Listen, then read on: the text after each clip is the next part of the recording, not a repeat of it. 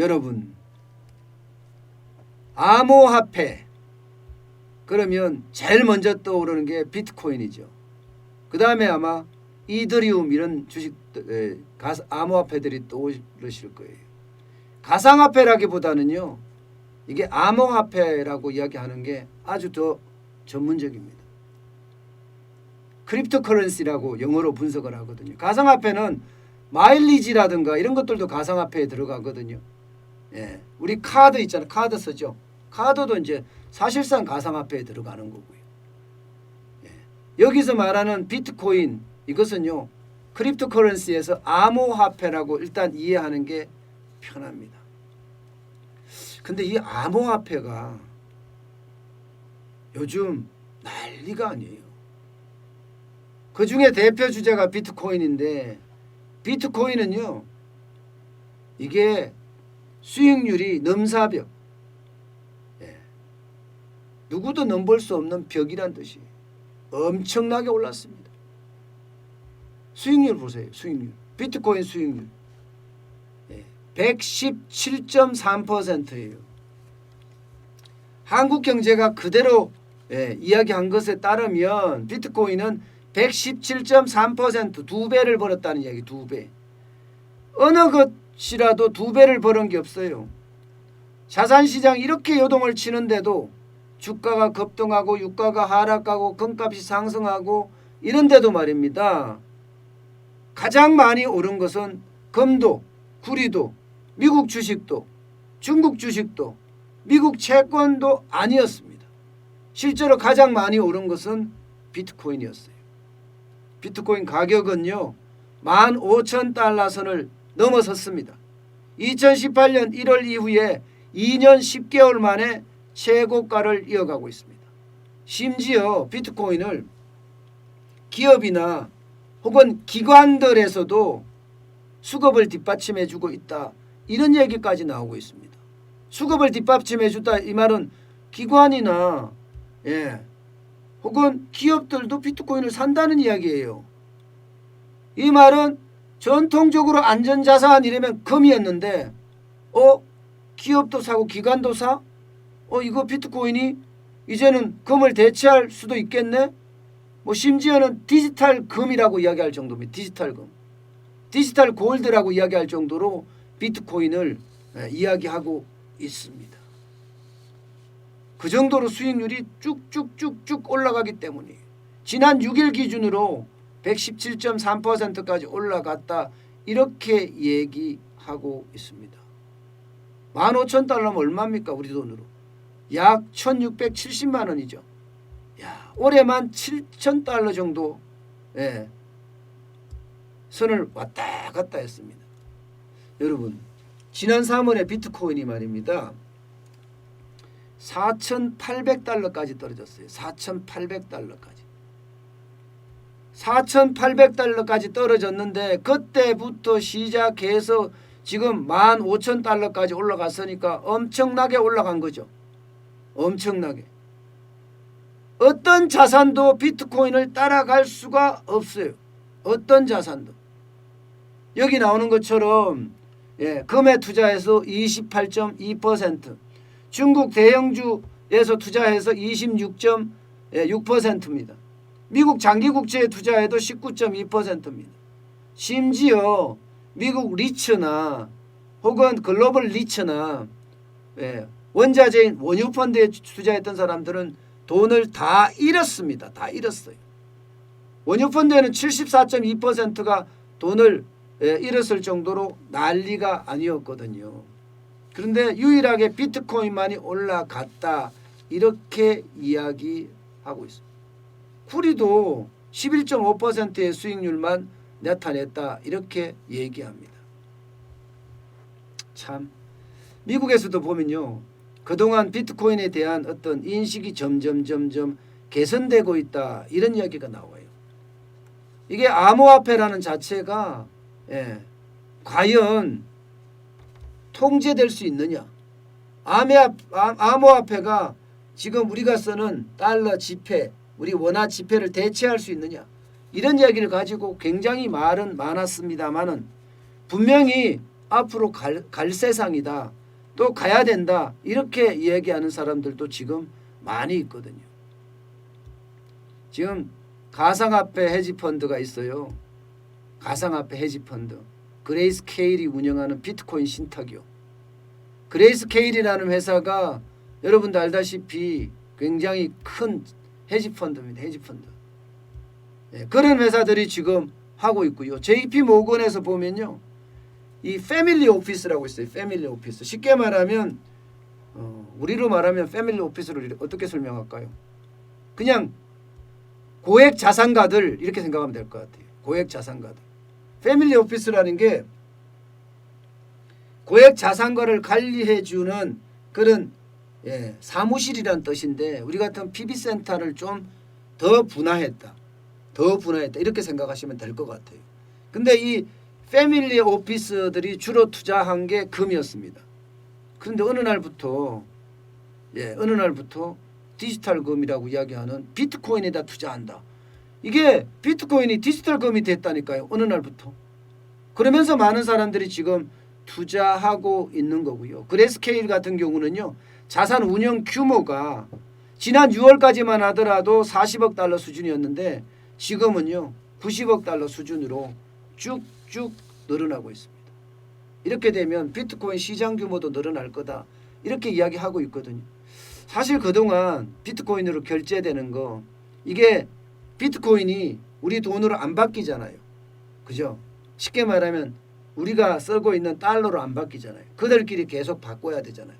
이게 교환이 일어나면서 사실은 나중에 달러로 교환이 될 수도 있는 그런 부분인데 이게 당장은 화폐니까 똑같은 비트코인도 크립토커런시 암호화폐입니다. 똑같이. 달러도 화폐고 디지털에 쓰는 거고 이거는 정부가 공식 인정한 화폐고 아직 비트코인은 어느 누구도 인정하지 않았지만 가상에서는 모두가 인정한 이게 참 말이 어폐가 있네요. 그죠?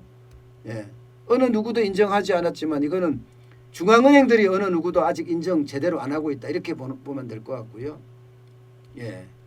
대신에 이제 이미 사용하는 사람들 사이에서는 모두가 인정한 그게 비트코인이라고 이야기할 수 있는데 지금처럼 이렇게 계속 늘어나면 비트코인 암호화폐도 굉장히 빨리 자리를 잡아가지 않을까 그런 생각도 좀 듭니다. 지금 제도권 시작도 많이 달라지거든요. 페이팔 있잖아요. 페이팔. 이게 글로벌 전자결제 업체입니다. 이거 비트코인으로 결제 서비스를 시작했어요. 페이팔이. 그러니까 비트코인으로 결제가 된다는 이야기예요. 심지어 마이크로 스트래티지라고 하는 기업은요. 비트코인에 대규모 투자도 지금 생각을 하고 있습니다. JP 모건 같은 경우는 자체로 개발한 가상화폐로 결제를 지금 하고 있잖아요. 저는 지역화폐도 이게 가상화폐의 일종이라고 보거든요. 지역화폐도. 결국 이 암호화폐는 점점 그 영역을 넓혀가고 있다. 점점 그 영역을 넓혀가고 있다. 이렇게 지금 볼 수가 있고요. 문제는 투자잖아요. 투자. 저는 가상화폐에 대한 투자 일단 제일 먼저 해야 될 일은요. 가상화폐, 암호화폐, 크립토커런시에 대한 공부를 해야 됩니다.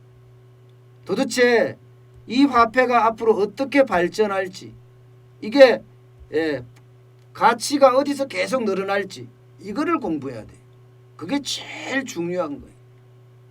일반적으로 가상화폐 하면요. 그냥 인터넷에 떠 있는 화폐 이렇게 이해하기는 너무 광범위하고요.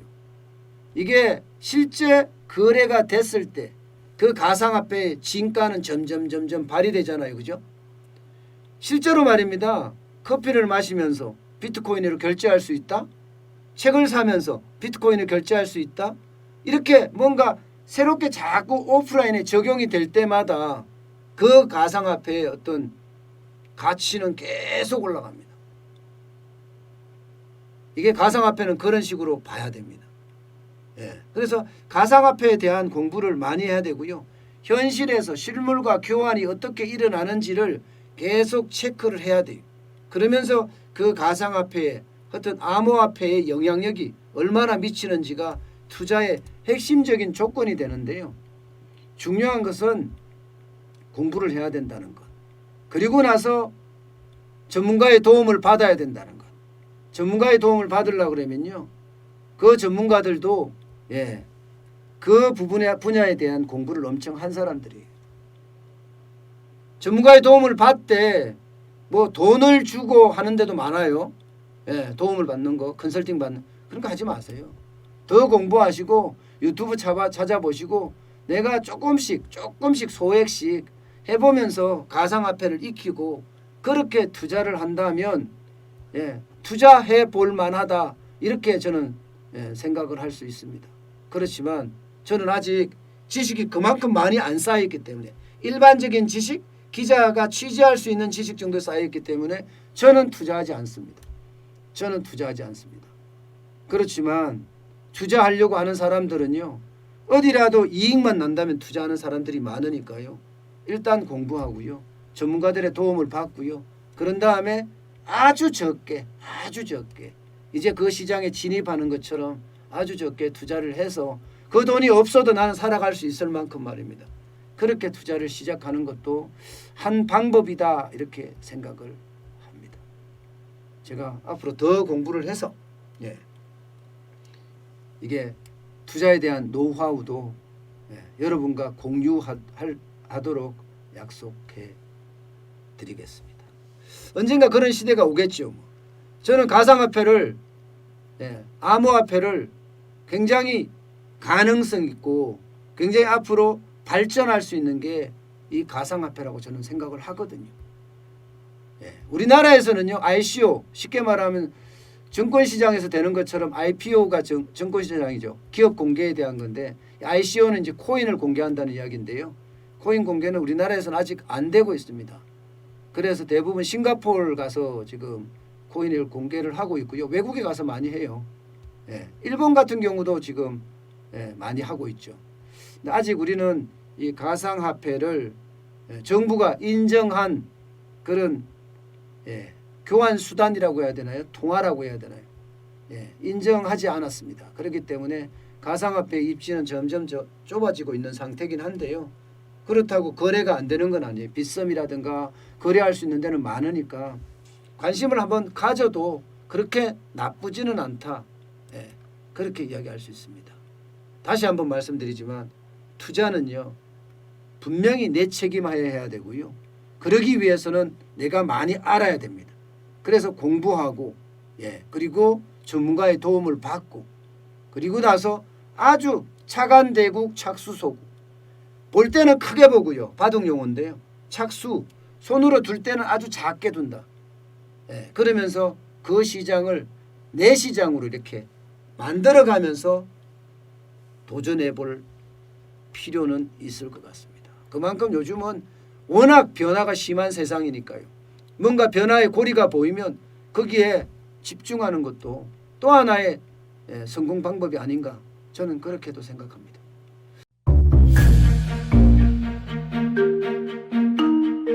세종대왕과 샤넬 넘버5, 벤츠 자동차의 최고급 기종인 마이바흐의 공통점을 아시나요? 바로 침향입니다. 침향이란 동남아시아에서 자생하는 침향나무가 상처를 입었을 때 스스로를 보호하기 위해서 분비시키는 침향나무의 진액입니다. 진침향은 태국산 침향과 러시아산 녹용, 그리고 국산 홍삼, 백봉령, 산수유, 당귀, 숙지향, 꿀로 이루어진 침향환으로 만성 피로나 또 스트레스, 기력이 저하된 직장인분들, 또 수험생들, 연세 드신 어르신분들이 드시면 좋은 환입니다. 진침향, 여러분들께 자신있게 권해드립니다.